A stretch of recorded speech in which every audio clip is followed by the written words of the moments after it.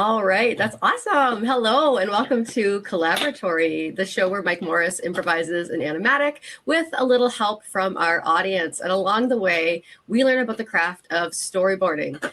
Now, this is an improv art stream that runs on audience suggestions. So, Mike, what kinds of prompts are we looking for today? Hey, everybody. Welcome back. We are looking for characters, setting, and conflict. Try to keep it down to like, I don't know, 2 characters, maybe 3. All right, so feel free to jump in with your suggestions. Oh.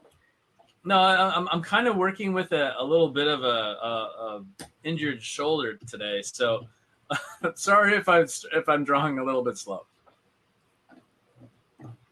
I'm sure your slow will still be very impressive. if I know you at all. Yeah, so feel free to jump in with your suggestions. Whatever you type into our chat windows just might show up on screen.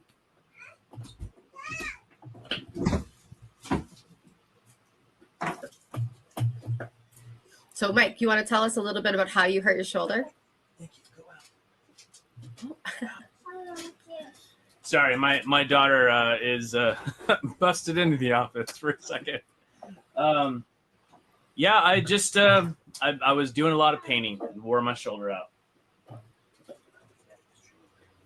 That would do it. That would do it.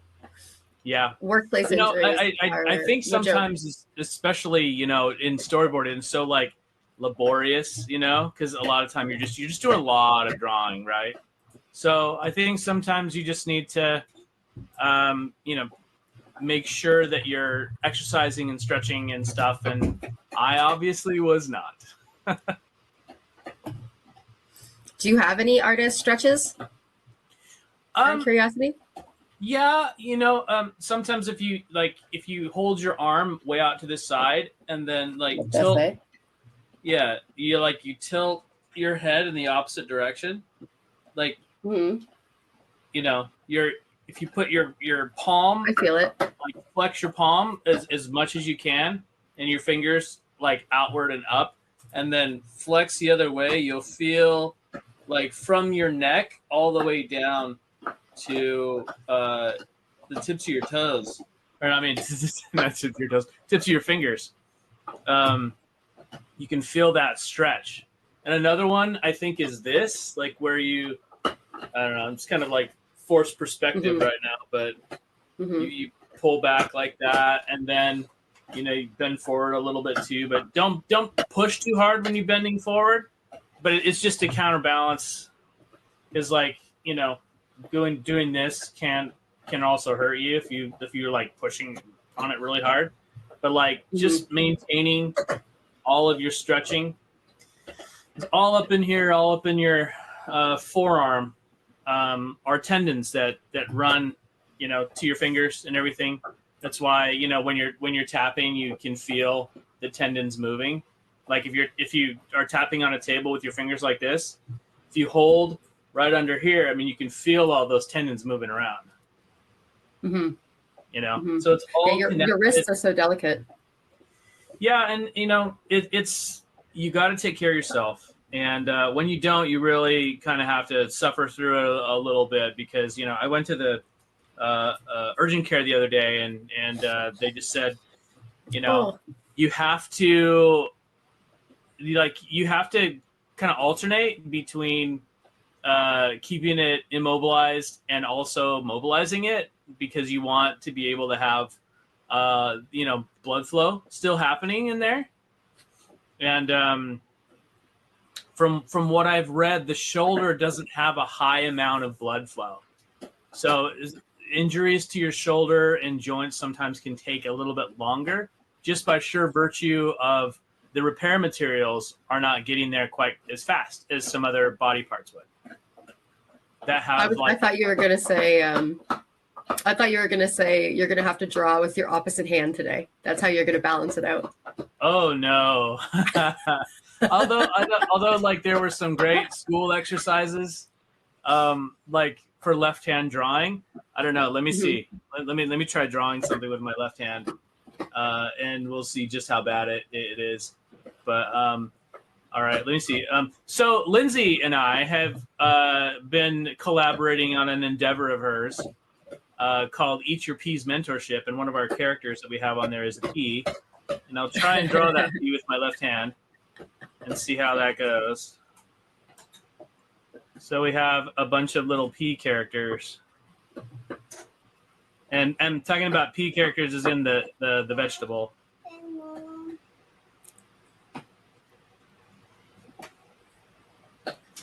The little dude. The little dudette. So this is my left-hand drawing. It's pretty good. And it's, you know, not great, but serviceable maybe? I don't know.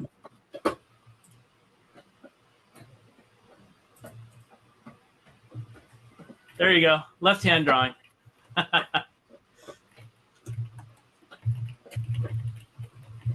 Versus right-hand drawing.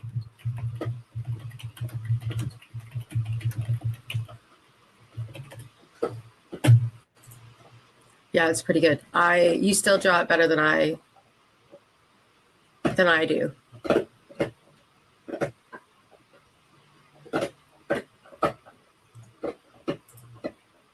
Yeah. And, you know, pose helps too. So what do we got? Anybody made any suggestions yet?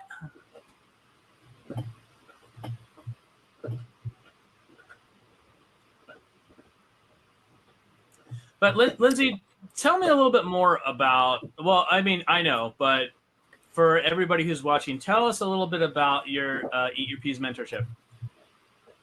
Eat Your Peas mentorship. It's a little bit of a collaboratory. An animation collaboratory.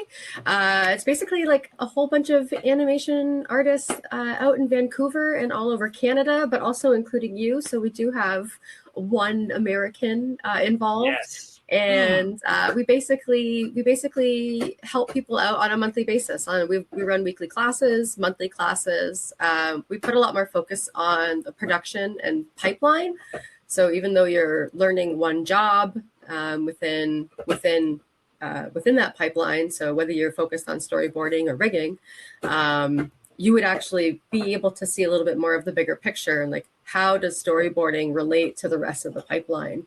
It's such a I mean, every department's a key, right? Every department is so important, but storyboarding, it's always really important to like keep in mind limitations. Like as you said, like today you only want to draw at most two characters, and that helps all of the departments. So those are the kind of not just that we do those kinds of tips, but we also help with like your technical skills. We give advice on like your drawing fundamentals. We kind of teach people what they're doing really well, and then also shine a light on what they need to improve so that they can grow and get better, and then hopefully get, you know, job experience or work experience and get that first job. Yeah. That's really important. It was very, very gratifying for me when there was one of our listeners or one of our audience said that they had gotten a job through what they'd learned here on the Collaboratory, and we're super proud of that. Oh yeah, that's always the best. So we're very very much in that grain of helping artists to achieve what they want to. But I think, you know, having sort of the backup of a bunch of different people to help you grow in your journey, I think that's really important.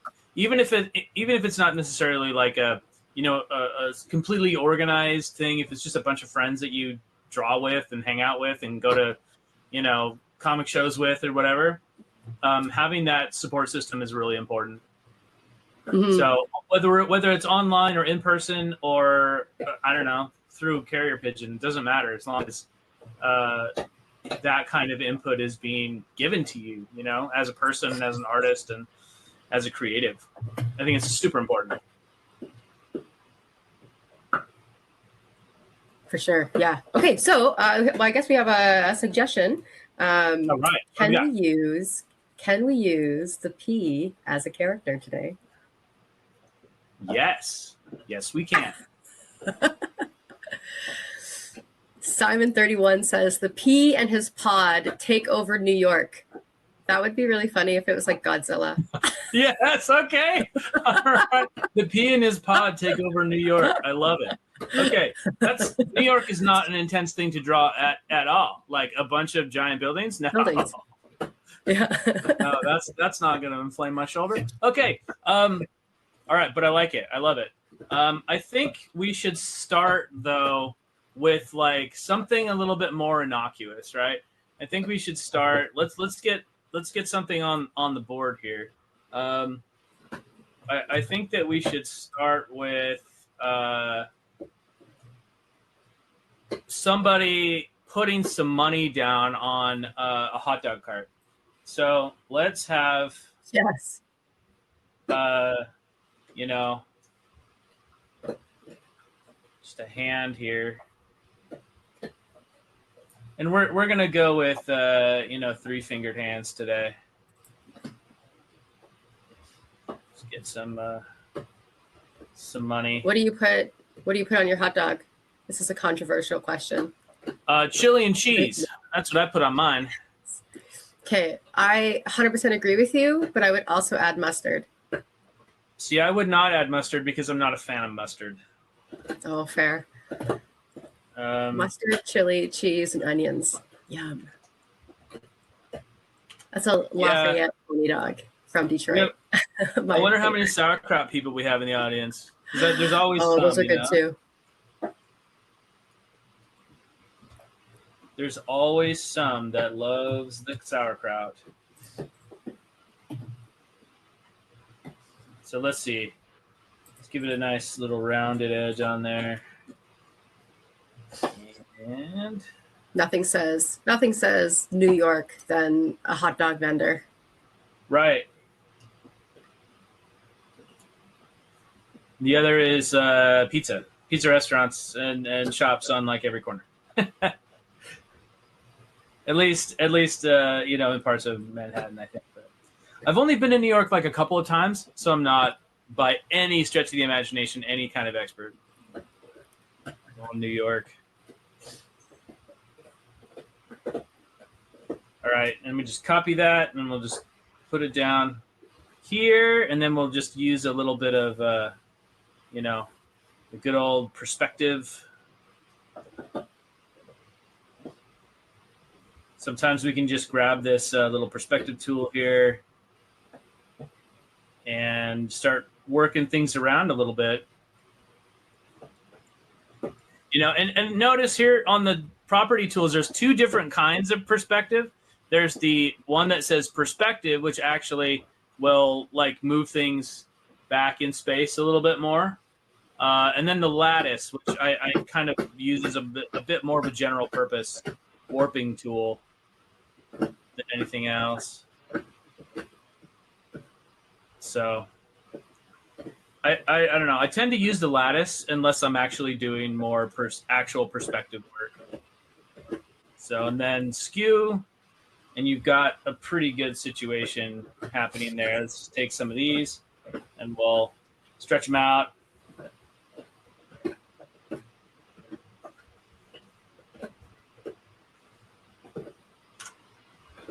All right. I guess we can New York include that part. We can get rid of that. Identifiers. Huh? I was saying, what are some other New York identifiers? More for our audience too, to make some suggestions. Statue of Liberty in the back, tall buildings, taxi cabs, buttons on people's cuffs, business suits. We're on Wall Street. I don't know. Where do you think we should be? Well, you put him in a business suit, so. Well, yeah, but I mean, there's business that happens all over. All right, now let's get us a little hot dog cart going on.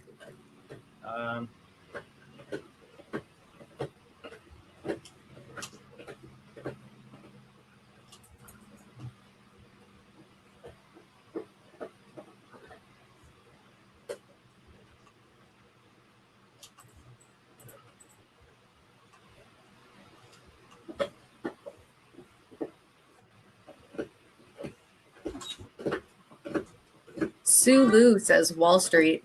So we gotta double down for Wall Street. Wall Street, I believe, has a bull statue, if I'm correct. I think so. Yeah.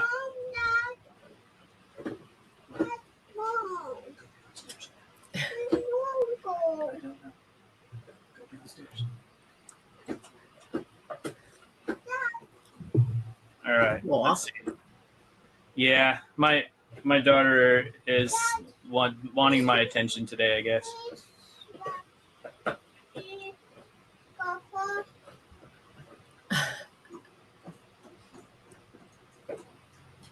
Let's see, and we'll put the like a little like I don't know, cheap cash register thing right here. Maybe he's got like one of those you know, Stripe or Square deals or something like that, you know. And then of course we need the umbrella. Yeah, hot dog vendors always have Venmo.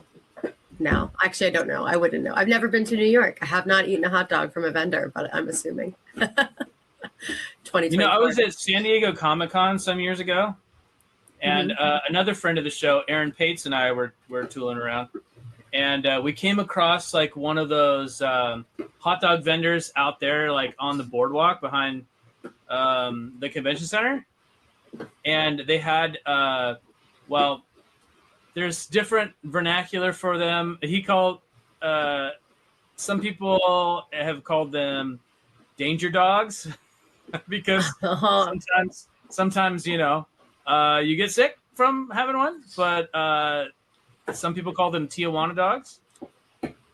Just from the way they're made, it's like a bacon wrapped hot dog with onions and peppers and all this stuff in that. And oh my gosh, it was amazing. And I was like, where have these been all my life? You know? In Montreal, they're called steamies, which I kind of always thought was gross. Yeah, they're called steamies in Montreal. Interesting. All right, let's see. So probably a little bit of... Huh?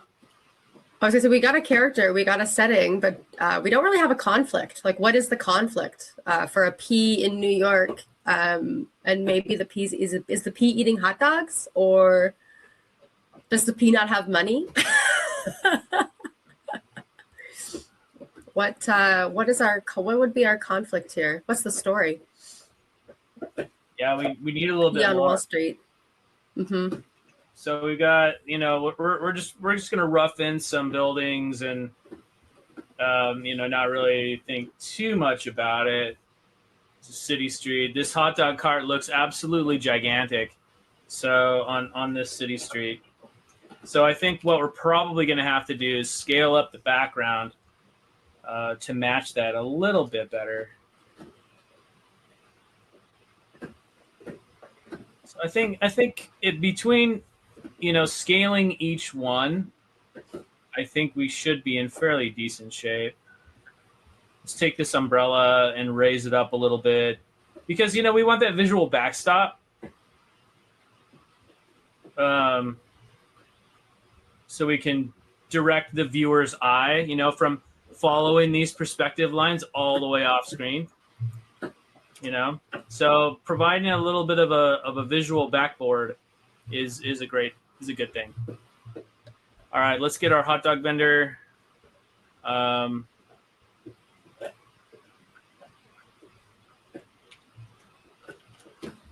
Put him right here. Give him the little hat, you know.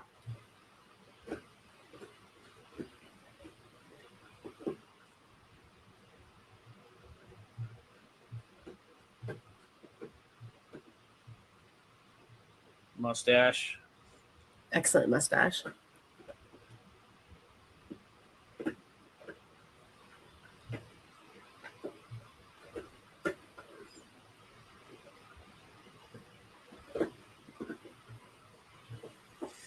Let's see.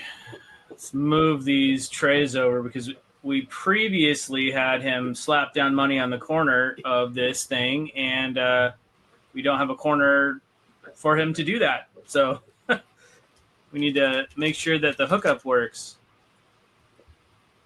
That's a little better. That's a good catch. That's a good, what's that word?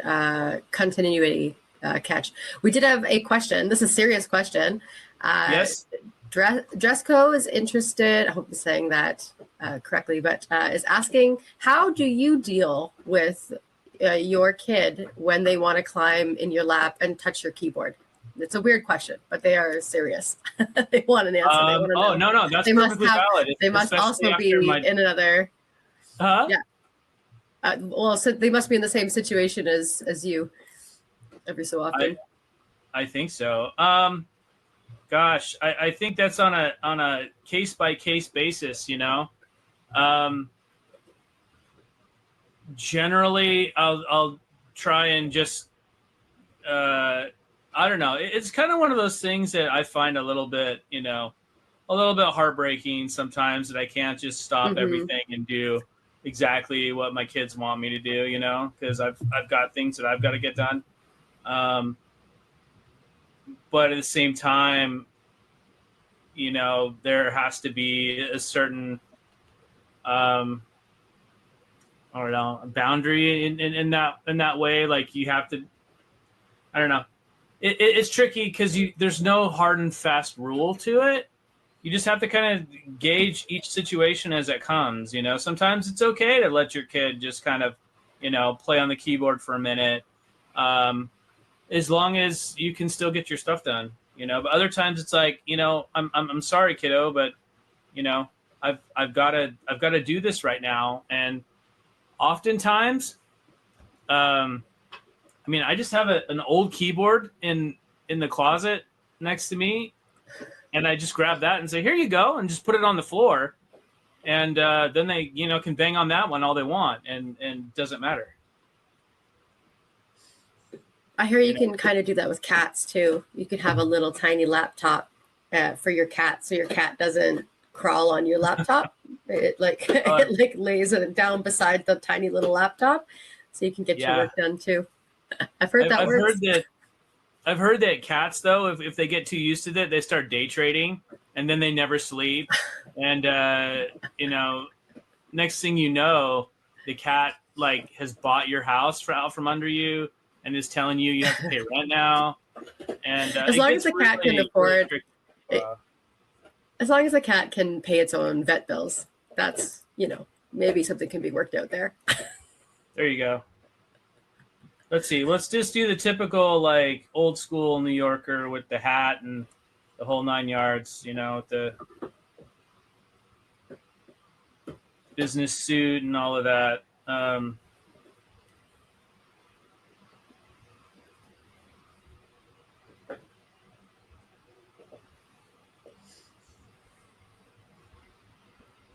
There we go. We'll hook up that shot by having him have the money placed on the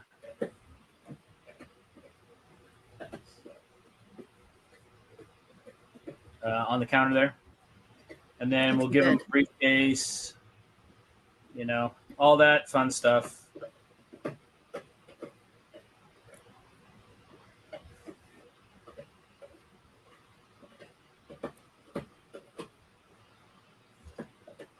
All right, cool. And then I think we'll probably need to just pop another layer in here for some extra scenery. So I'm just going to put a new vector layer right here, and then we're just going to put some salt shaker, folks. I mean, you guys are familiar with the term. I'm pretty sure we've used it on the show before. And on this background here, I'm going to give it a little bit more perspective by putting the line of the street a little bit farther out into the street. But you know, some extras and whatever. New York's a busy place. Yep. And sometimes if you need to, you can just, you know, grab a couple, hold Control or Command, and just, you know, duplicate them.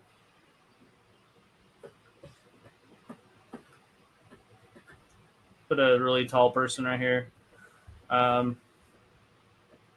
it's really easy to duplicate stuff and move it around and everything. The vector drawing is really handy.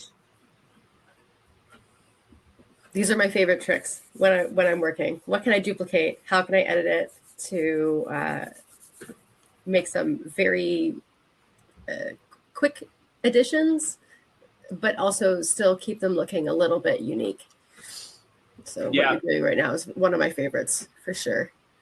Well, I mean, that's kind of the beauty of digital art, right? Is you have these software tools that help you to be more efficient in your work. Mm-hmm. And if you don't utilize those, then what's the point, right? And then we'll just put in one of those old school yellow cabs.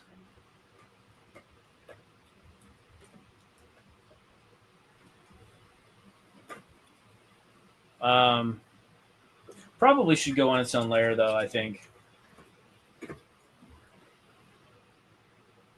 Because that's going to move at an entirely different rate of speed, and there's potential for some layer motion there,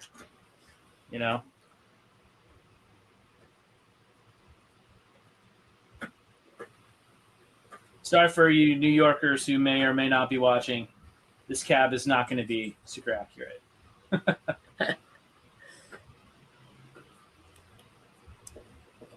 I wonder if they're still warring with the Uber people or not. I have no idea. There was like a whole thing some years ago between the Ubers and the cabbies. Mm-hmm. I could see that. Apparently, getting a taxi medallion is like a huge undertaking. And so when people were just being able to do it for nothing, and just signing up for Uber, there was like a huge issue that people were going through. All right. So we've got some money getting slapped down. Then we got the hot dog vendor. He's doing his thing. So is this a scene setup? Are we establishing that we're in New York right now? Are we focusing on, or is this part of the storyline? Where are we in our collaboratory story? Oh, we're right at the beginning still, for sure. Okay. I think that we're just gonna, trying to do a setup that doesn't always involve, this is the establishing shot in the wide, mm-hmm. and we're gonna do this and that. Let's see. So a little bit of mustard later for you, Lindsay.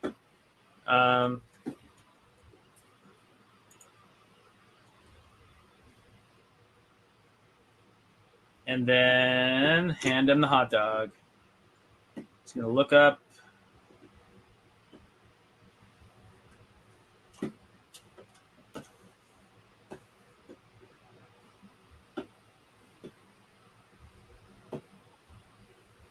Hand him his hot dog.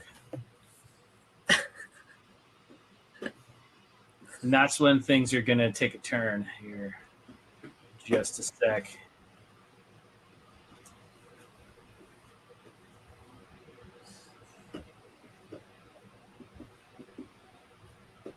As he holds that hot dog out.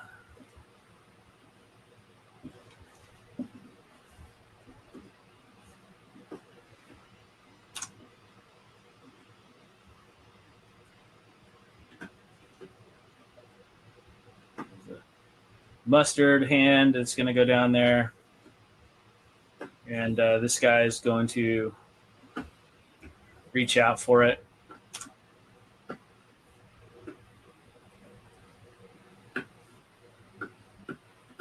Okay, we've got a suggestion for a conflict. The vendor just wants to eat all the hot dogs he makes. So is there a way that we could try to persuade the vendor to disrupt the customer so that the customer doesn't actually get the hot dog and the vendor gets to eat the hot dog? Well, I mean, I think there is a possibility of that, but I think that's, if we're going to do the monster story, I don't think that's necessarily. Monster? We're just setting it up. We're just setting it up. We're gonna go monster. Well, I mean, we could Godzilla. ditch the monster entirely and have it just be a story between these two guys. And if the vendor, you know what? I think we can combine those two. I think we can combine them. Let's see. So he's gonna hand him the hot dog, and then let's go to a new shot. And this guy right here, let's see. Let's put him on layer B, and he's absolutely excited to finally get his hands on the hot dog. You know, it's being held out to him.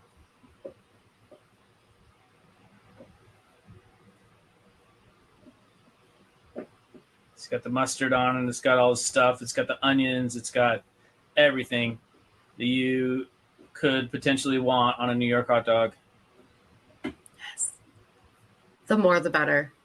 Just load it up. This is what I miss about Costco. You can't put your own toppings on your hot dogs anymore. Go to Sam's Club. We don't have those in Canada. Well, That's in the US. I'm sorry that you have only Costco. Out. Yeah.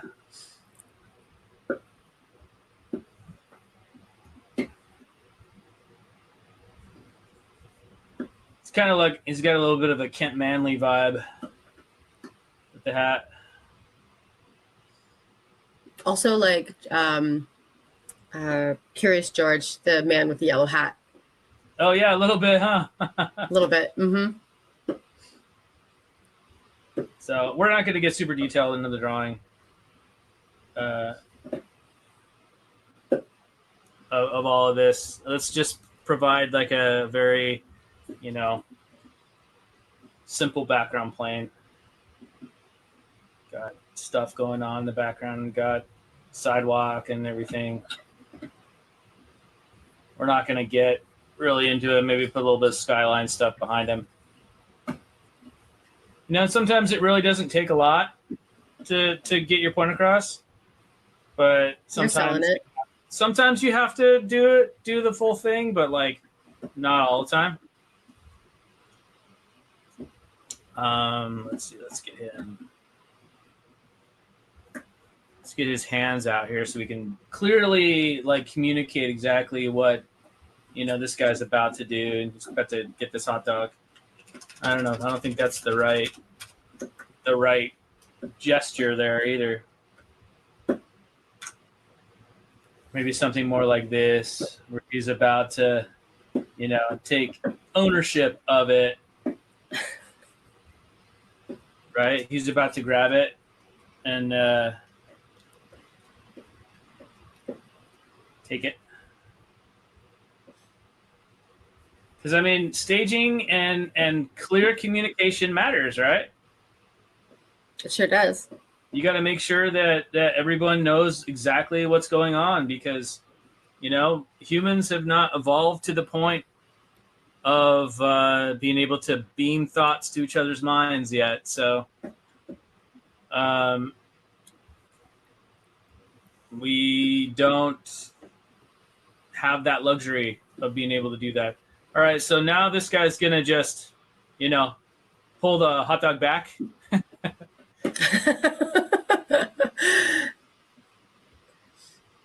As this guy goes out to grab it.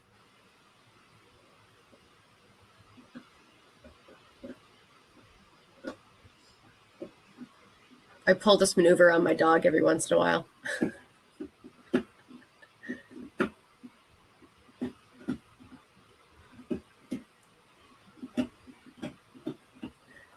Dresco has suggested that the buyer, the business suit wearing man, turns into the monster and eats the vendor.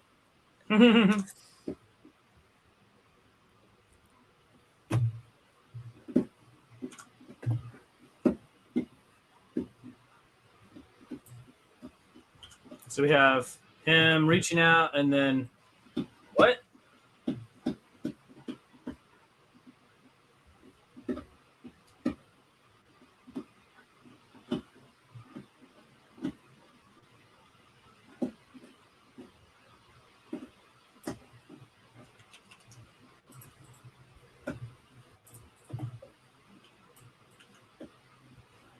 Some of that over here. So he moves it. We'll have him look at the hot dog.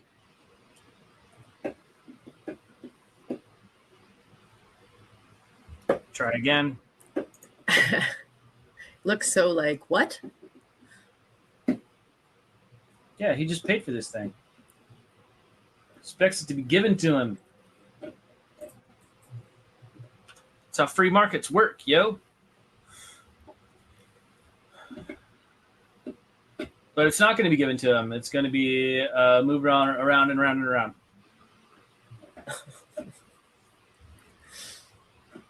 So we'll just slant him forward.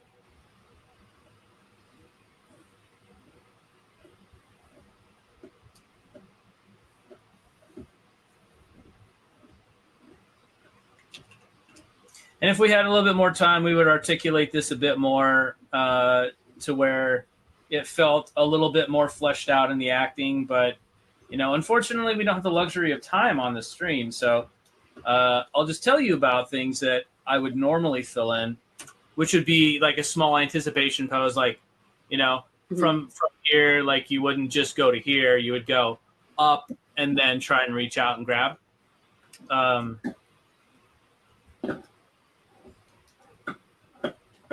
So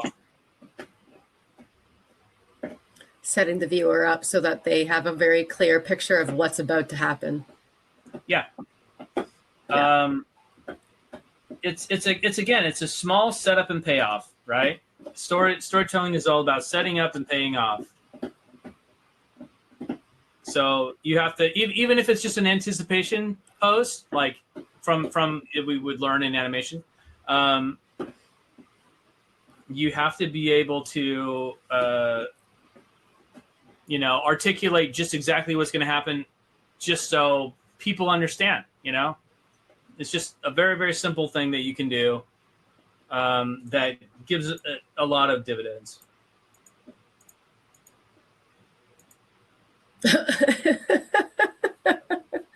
You got it. You nailed it. You've nailed the facial expression of the, oh, what?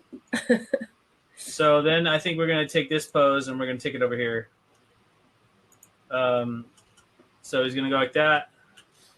And then we're just going to grab this arm here.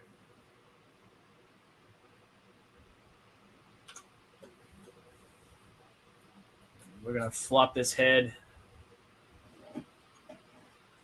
But I think, sometimes you can just kind of flop it, not totally flop it, by just changing a couple of the vectors.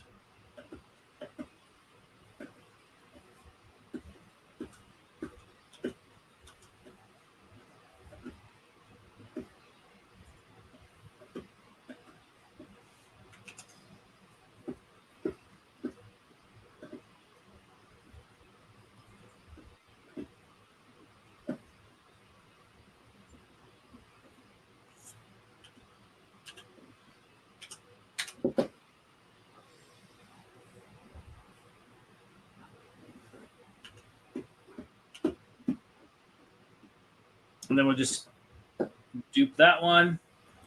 And then, give him an even,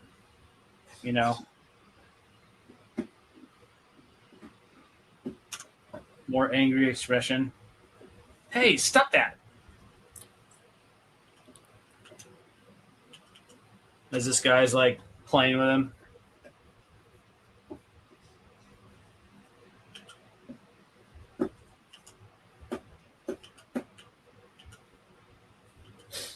Didn't have a second lapel in some of these.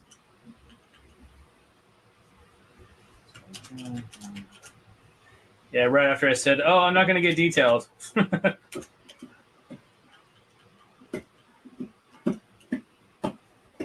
And then we'll cut to the vendor. Yeah, where are we going?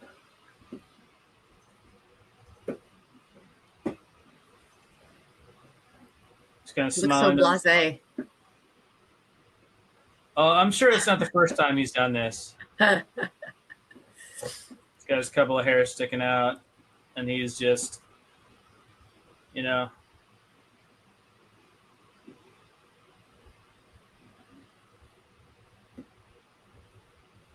He's got the hot dog here.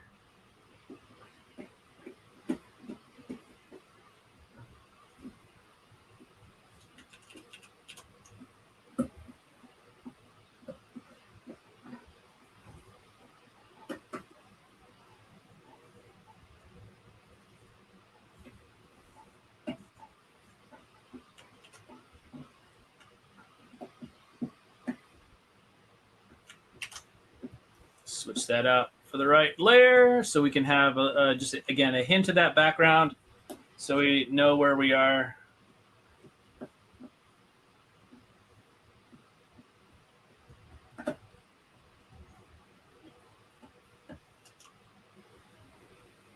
And that umbrella, so we got to keep visual continuity, and again, visual backstop right here in the pole. So we understand what's going on. And then we'll get that guy's hand in there to hook it up.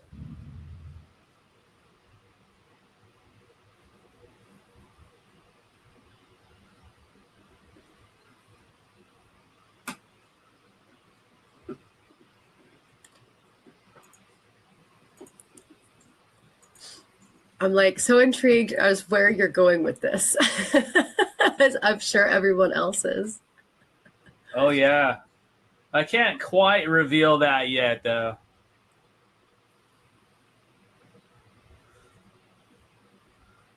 I think people will recognize where I'm going to go with this in just a minute, though.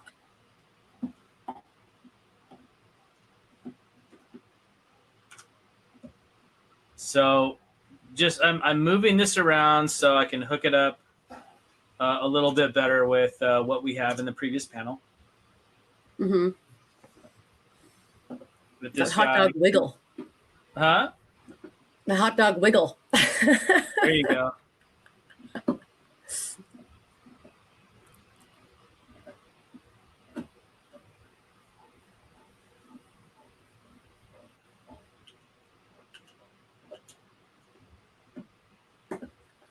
So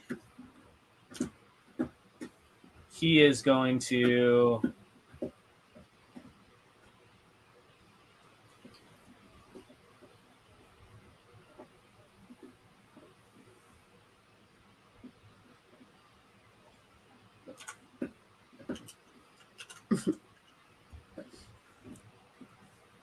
he's just going to keep moving this thing around and then eventually eat it himself.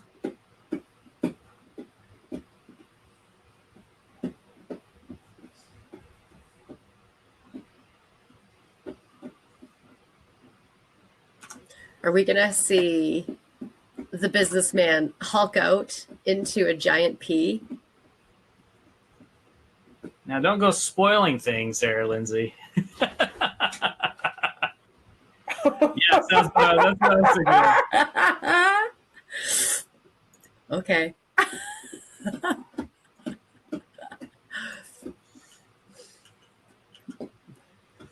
So he's trying to grab it. Intrigued. He's not going to get it, and then we'll get this guy's hand, and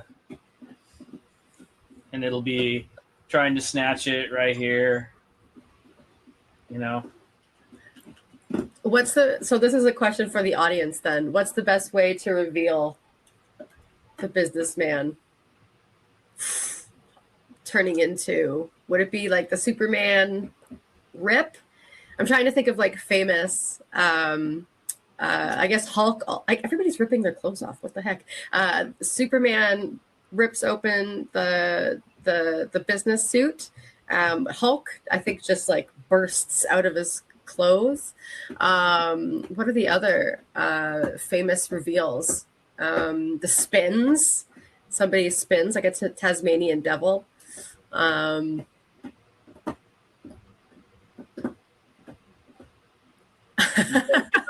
He's getting a little. I'm getting called out.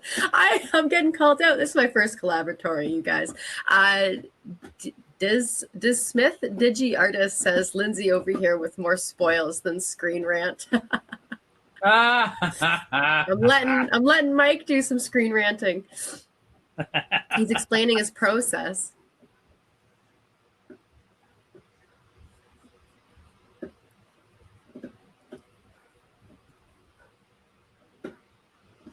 It's like it reminds me of that one Treehouse of Horror that The Simpsons did, where it's like called the 50-foot eye store, where all of the like the big neon signs and stuff all over the town become monsters and go rampaging around the town. Oh, I don't remember that one. Oh, it's so good. Those old Simpsons episodes were just, so good. So I wasn't allowed to watch. I wasn't allowed to watch The Simpsons, so the House of Horrors were always my favorites, though. The Halloween specials were always the best. For sure. I mean, those are always the ones that everyone wanted to work on. And ironically, I was not allowed to watch The Simpsons growing up either, and then I worked on that show for like almost 9 years.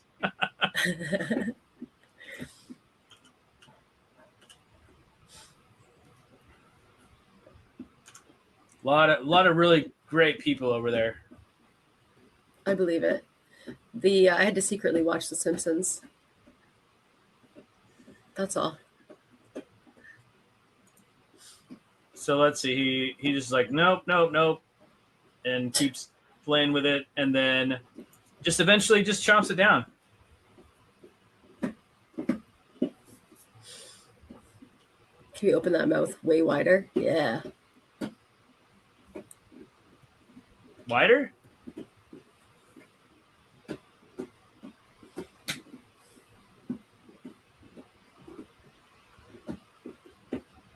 Yes, that's a hot dog face if I've ever seen one. Yeah, that's a very Canadian animation thing to do, I think. Lots of good exaggeration, right? Mm-hmm. JD Smith, digital artist, is asking if you'd ever worked with Chance Raspberry. Is that a real name? Yes, I have. Oh, okay, awesome. There is a man named Chance Raspberry, and I have worked with him, and he's a cool guy. It's like lucky fruit. This hot dog kind of got small too, so let's make it bigger. Because visual continuity, New York. It matters. Yeah.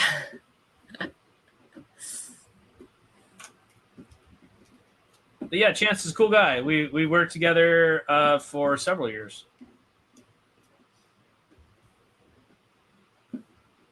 Maybe we should have him on the show.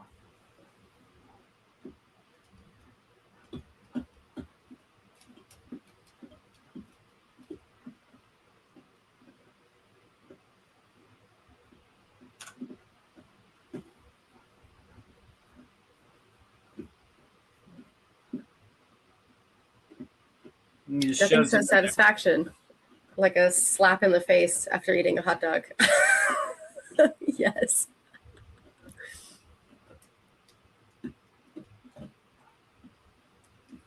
You just go straight in,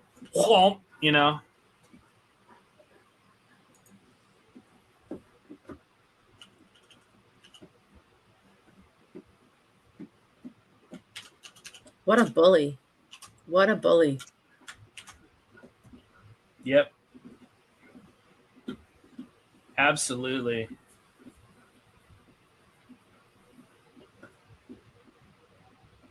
And he's going to say something like, thank you for your patronage, something really,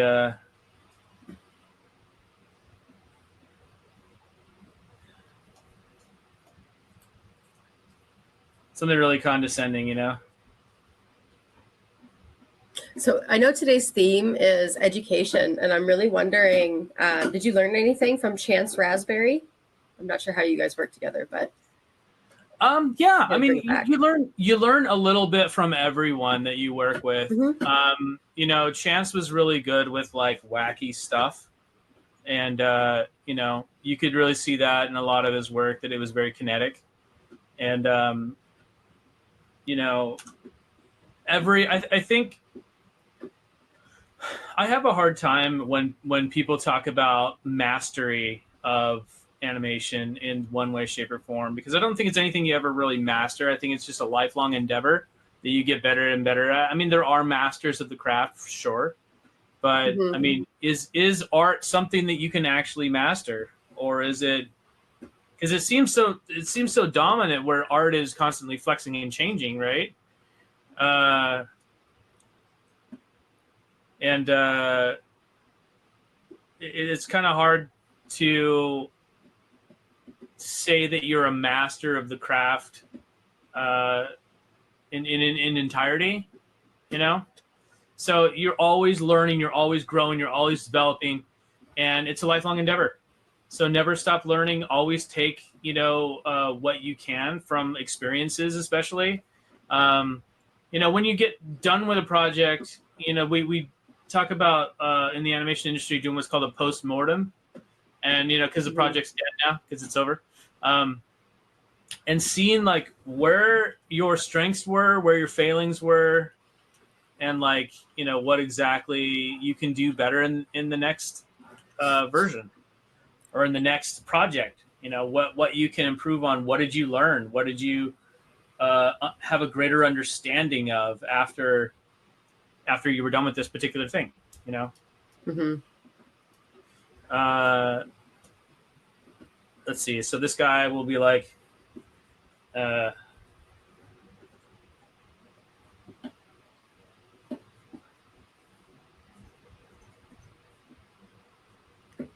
Horrified. Thank you for your patronage. But he's like, but that was my hot dog.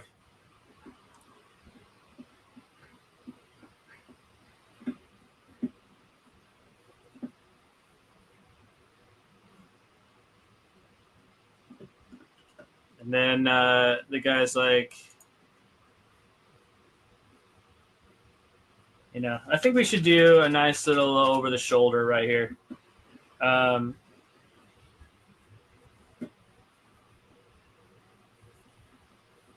again, you know, we've kind of established a lot of the stuff in the other drawing, so now we're just going to go fast.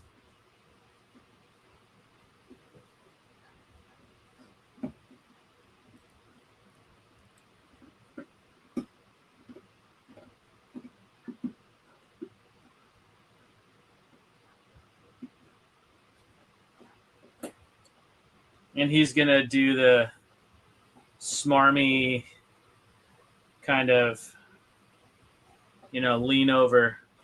And we could even go back to, well, maybe not go back to that shot. I was thinking maybe we could reuse that background, but I think what we're probably going to do instead is just split this up onto several different layers again. And we'll put these on the different layers, and then we'll get the hot dog card in. We'll just rough that in. Again, we want that nice visual backstop.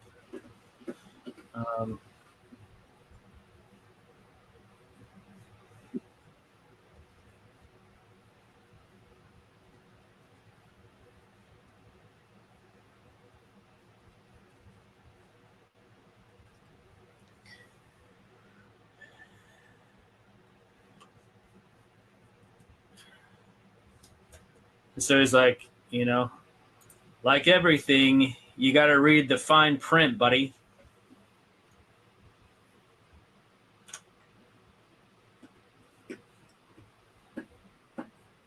And then he points down to the cart sign.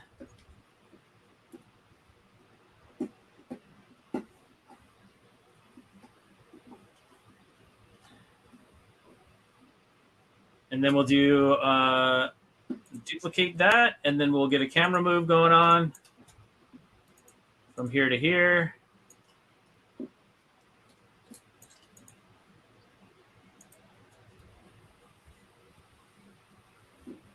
Always got to read the fine print. And we can even Hot do like a dogs. small like thing like this where his hand is kind of in the way.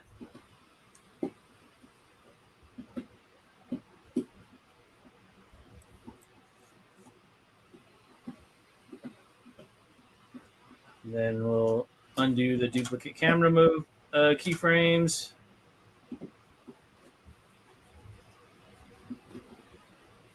And then he can move out of the way to reveal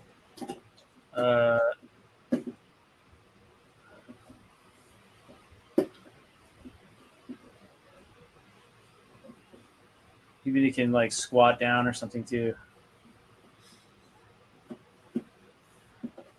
That it actually says, you know, with his hot dog logo here. It says hot dogs.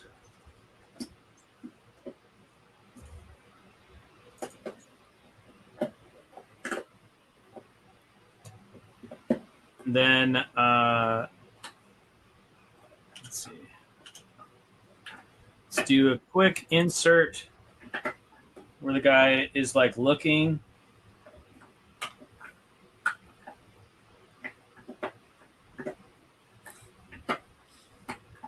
You know, we can even have him kind of come down into frame a little bit.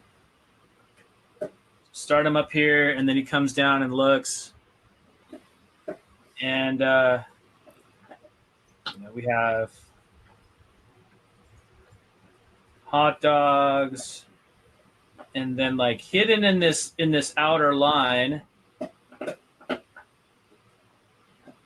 We should probably even put like a price right here, like, you know, hot dogs $5 or something like that.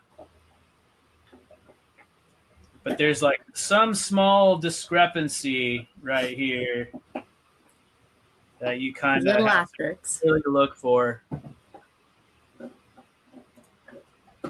And then we'll zoom in, or you know, we can probably just do like a stepped camera move. You ever use those? Mm-hmm. So put a keyframe in, and then we'll go to the next frame. We do that using the greater than, less than, or like comma and period on the keyboard, and then we'll add a new keyframe, which goes. Well,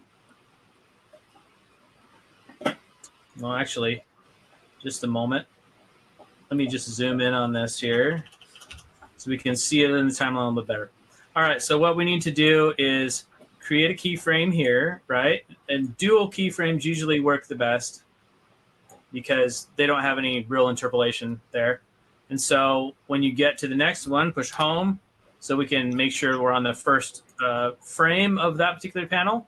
And then we will zoom in and come up here. And then we will duplicate that. So this keyframe then is going to go over on the last frame of this one, and then put another keyframe in there. So we'll be on E now, right there. And then we'll change the words right here, and it'll say, you know, like blending in, feed me some. So it'll say, feed me some hot dogs, $5. And it's just a trick for tourists. I'm pretty sure they call these tourist traps. Yep, for good reason. For a reason, yeah. Feed me some hot dogs, $5. All right, let's go back on the timeline a little bit. And we can come back to this shot, I think. So let's just give this a copy, and then we'll paste. Because, you know, background count is a thing, right? You have to make sure that you are not doing more than what you have the capacity for, right? So Yeah. if you've got a huge budget, great. But if you don't, then you really have to be more economical with how you do your shots, so you're not overburdening yourself.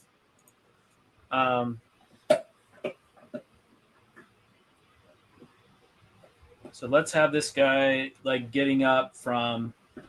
I think we'll probably just redraw this one, and I'll use a trick I've used on this show quite a lot, and just turn it to a different color and draw over it.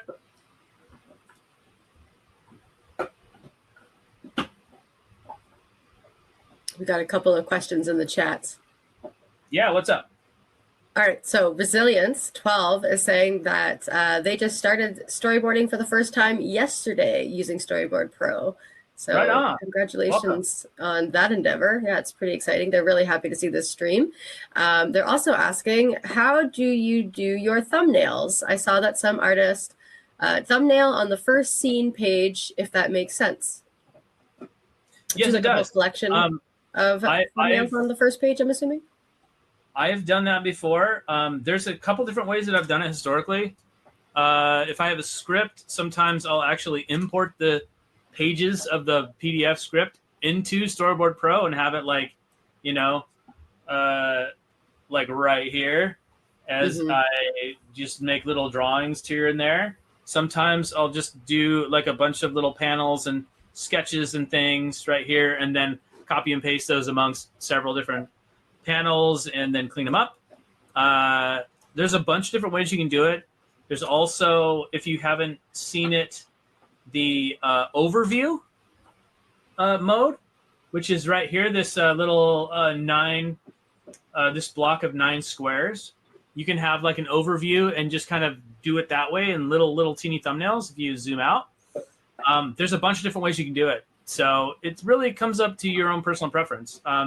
Sometimes I do my thinking on paper and then bring it into Storyboard Pro. I mean, Post-it notes are so powerful for thumbnails.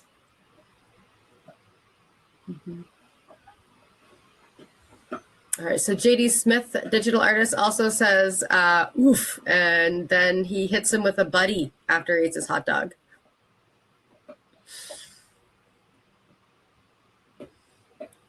I'd be pretty upset. Being called buddy would probably be the last. Hits him with a buddy, like, that's for you, buddy. Oh. So let's see. Of all the things I've ever seen. So.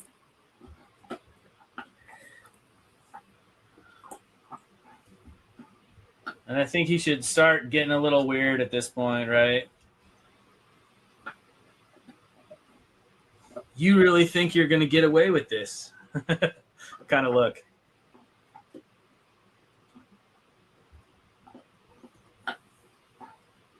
Marcelo Junior Arts is saying that what you're doing is really cool, and they're really interested in what kind of frames per second you use in a project like this. I feel like I have an idea of that answer, but 24 frames per second. That's pretty standard. Pretty standard. I mean, you're not really going to see a lot of deviation from that unless you're doing something special, you know. In storyboards, it really doesn't matter as much as it does in animation too. 24 frames per second, and then drawing on every other frame. So you only have to do 12 drawings essentially per frame in full animation. In storyboarding, you don't have to, your frames are a little extended, but.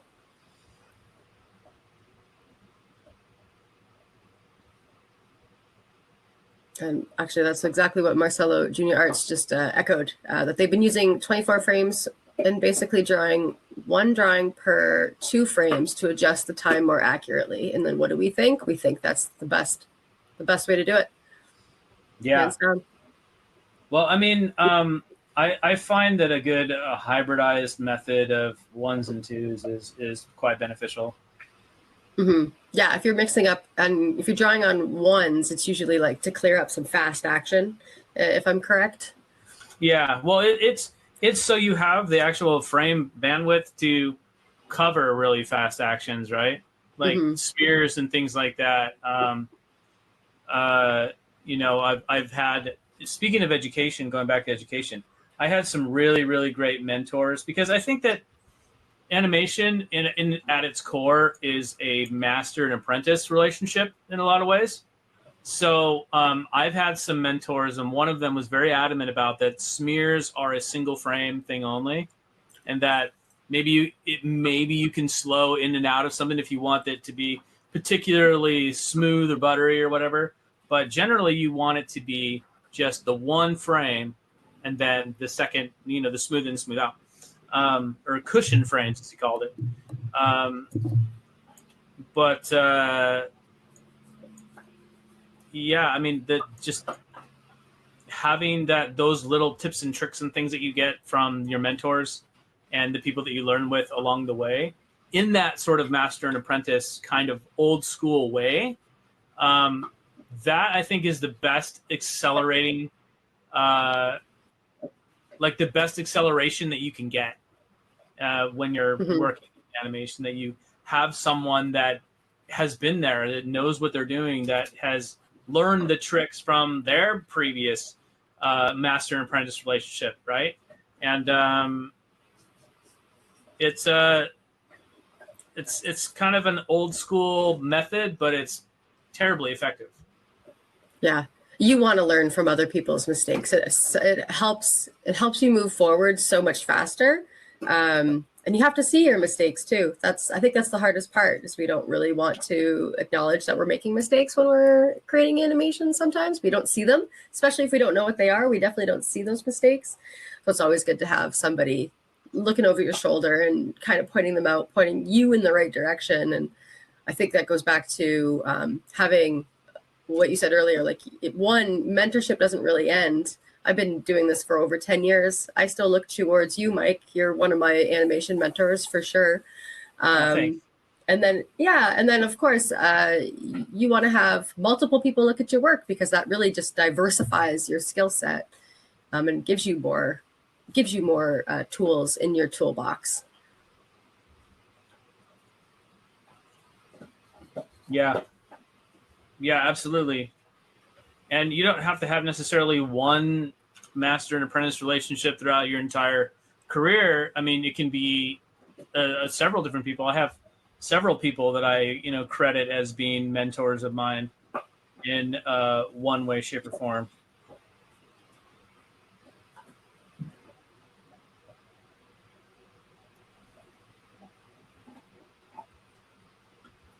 And this guy's gonna be like, "Oh, boo-hoo," like. Oh my good, boo-hoo, buddy. Sure.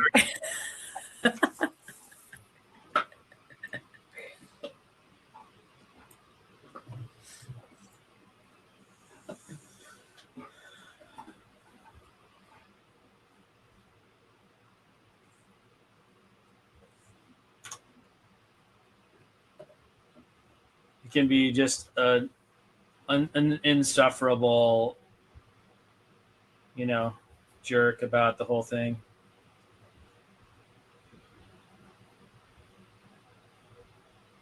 I got swindled in New York. Oh no. Oh.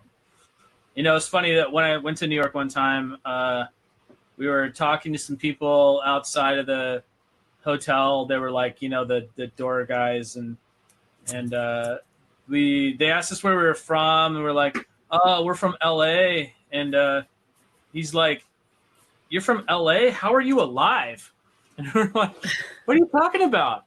This is New York. This is where everybody gets mugged. How are you alive?" Like, it was a really funny thing that we both thought each other's cities were like the most dangerous place you could be.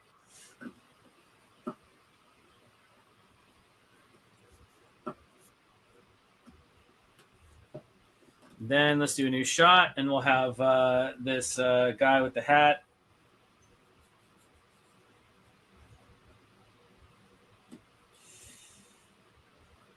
Oh, here we go. The transition.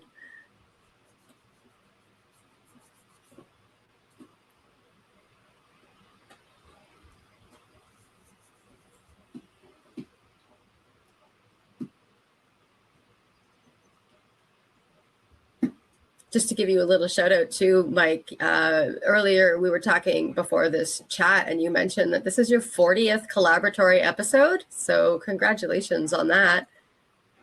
Yeah. It's also my 46th birthday today. Oh, happy birthday. Even dual reason to celebrate with a hot dog. Well, at least somebody here is going to celebrate with a hot dog.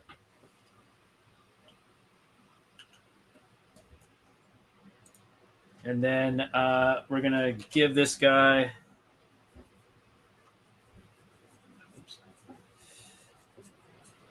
just a little extra. Oh, it looks like I started drawing with the pencil for a second there. You know, sometimes that happens to me where like all of a sudden I realize, oh, I'm not even drawing with the tool that I should be drawing with. But if you find yourself in that situation and you want to convert your pencil lines to brushstrokes, just go to like right click and convert pencil lines to brushstrokes. And boom, problem solved.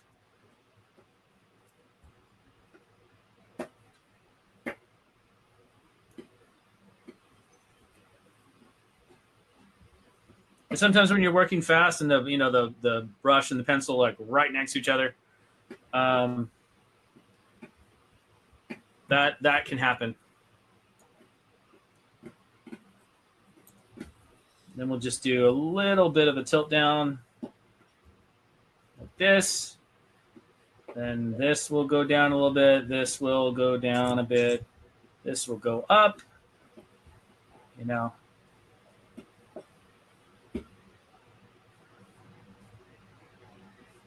So serious. Sometimes you can just manipulate things just ever so slightly and get a lot out of it, you know?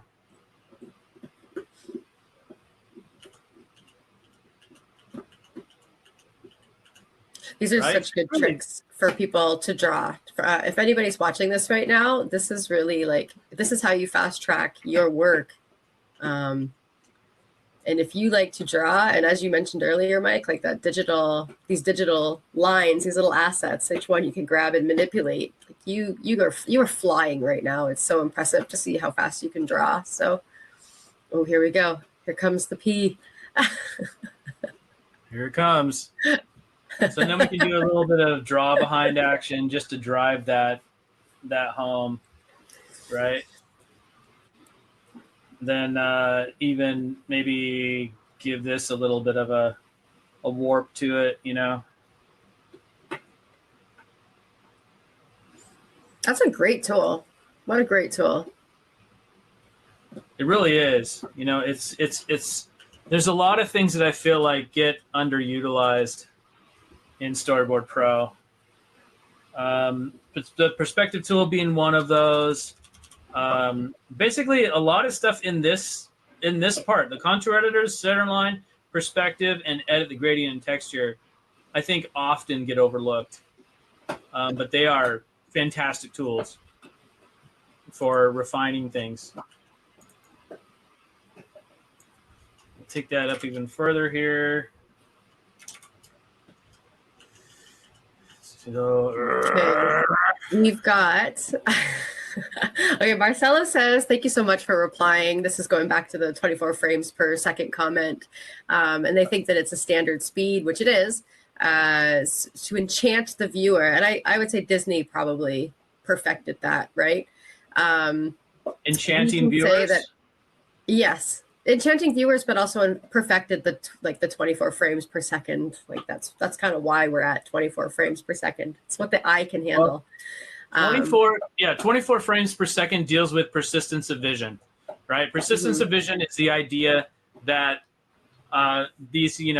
your eye is going to be able to detect a fake, right? So you're going to be able to see if there's two images and they are, just being played in succession. Now, when it gets to 24 frames a second, that is the minimum amount of frames to create persistence of vision where you perceive this thing to be moving as opposed to single frames being shown in rapid succession. That's why it's 24 frames a second, because that's the bare minimum to get persistence of vision.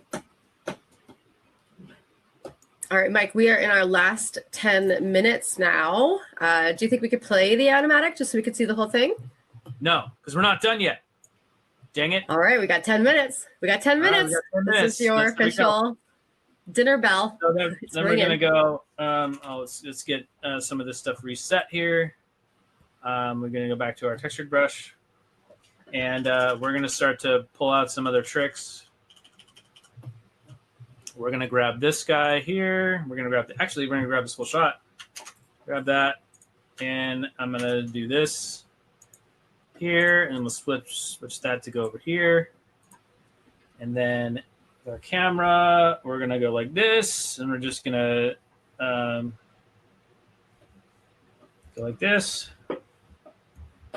Just change a couple things around.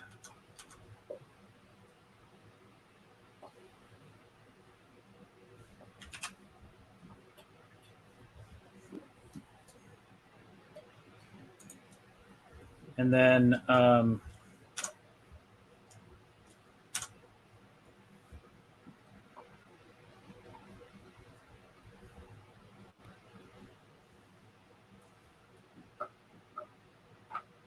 let's focus that eye line.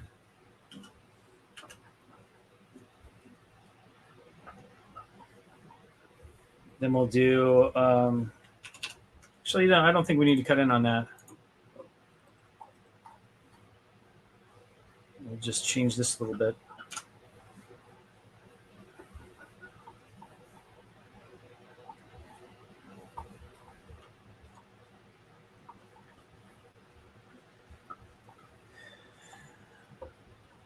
And I think this is one of the instances we can do a little bit of shadow creep. Working fast, yeah. What's shadow creep? That's like when like a shadow comes over the person, right? So we'll switch this to the opacity here to about 30%. And then we'll have you know, this kind of a thing right here where we see like the guy. Oh, I need to do my fill in right here. Right, there we go. And then we'll have, let's get back to 30. Wrong one. No, we can do that because it's not even frame. So this is going to go over him like this.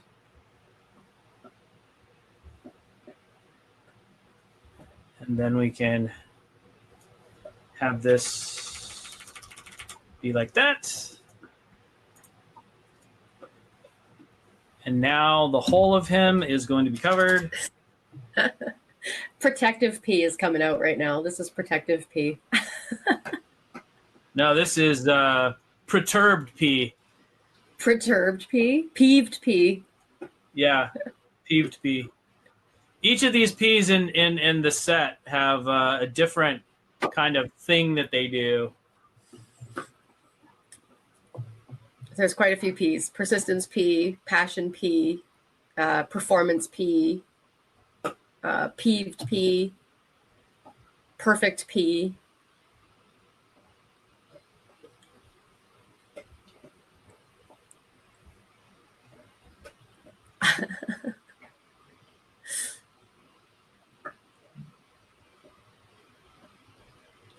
He's got a little teeny hot dog cart. Let's make him a little bit lower in the frame. Marcelo Junior Art says, you can't imagine what a Brazilian hot dog is like. Here we have mashed potatoes, straw potatoes, peas, corn, shaved ham, and cheese. And we even grill it. Super hot dog. Heart attack. Oh my That sounds like a Thanksgiving dinner and like a hot dog. Yeah. It's like when Kentucky Fried Chicken came up with their let's just throw everything in a bowl and do it like that kind of thing. That's like that sounds really intense, bro. Okay, we're down to our last 5 minutes, but Resilience 12 is wondering what brush you're using. I'm just using a textured brush that I created myself. Standard.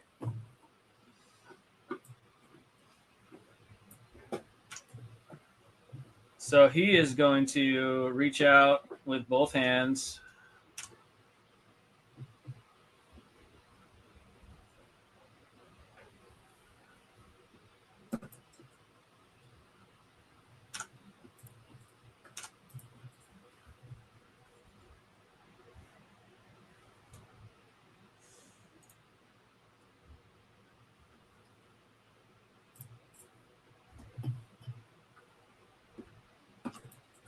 My goodness.